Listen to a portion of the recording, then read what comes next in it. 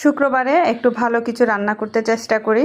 আজকেও গরু মাংসটা রান্না করেছি। প্রথমে তেলটা বসিয়ে দিয়েছি, এরপর এখানে আমি পেঁয়াজ কুচি ভাজা ভাজা করে নিয়েছি। তারপর এখানে এলাচ, লবঙ্গ, দারচিনি, একটু জয়ত্রী, জয়ফল দিয়ে দিয়েছি। আদা বাটা, রসুন বাটা দিয়ে দিয়েছি, রসুন কুচি দিয়ে দিয়েছি। তারপর কয়েকটা কাঁচামরিচ ফালি করে দিয়ে বেশ কিছুক্ষণ নাড়াচাড়া করে এটা কষিয়ে নিয়েছি। এরপর মশলাগুলো দিয়ে দিচ্ছি। এখানে 2 চামচের চেয়েও বেশি মরিচ গুঁড়া, 1 চামচের মতো হলুদ গুঁড়া, স্বাদ মতো লবণ দিয়ে দিয়েছি। আর ধনিয়া জিরা মিক্স মশলা যেটা, সেটা দিয়ে দিচ্ছি আমি 3 চামচের মতো। দিয়ে নাড়াচাড়া করে বেশ কিছুক্ষণ কষিয়ে নিয়েছি। সামান্য পানি দিয়ে মশলাটা কষাবো।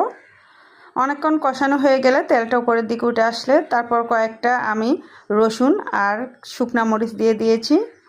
দিয়ে বেশ কিছুক্ষণ নাড়াচাড়া করে মাংসটাও দিয়ে দিচ্ছি।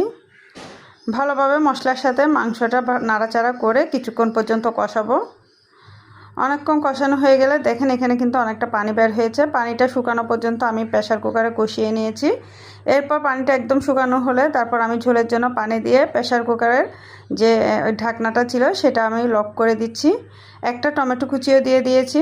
দিয়ে যে লক করে আমি 3টা মতো সিটি দিয়ে আসলে তারপরে এটা নামাবো। এই যে আমার দেখেন মাংসটা কত সুন্দর হয়েছে, আর খেতেও খুবই নরম সুস্বাদু হয়েছিল। তারপর গরম গরম ভাত বা রুটির সাথে পরিবেশন করব। এটা খেতে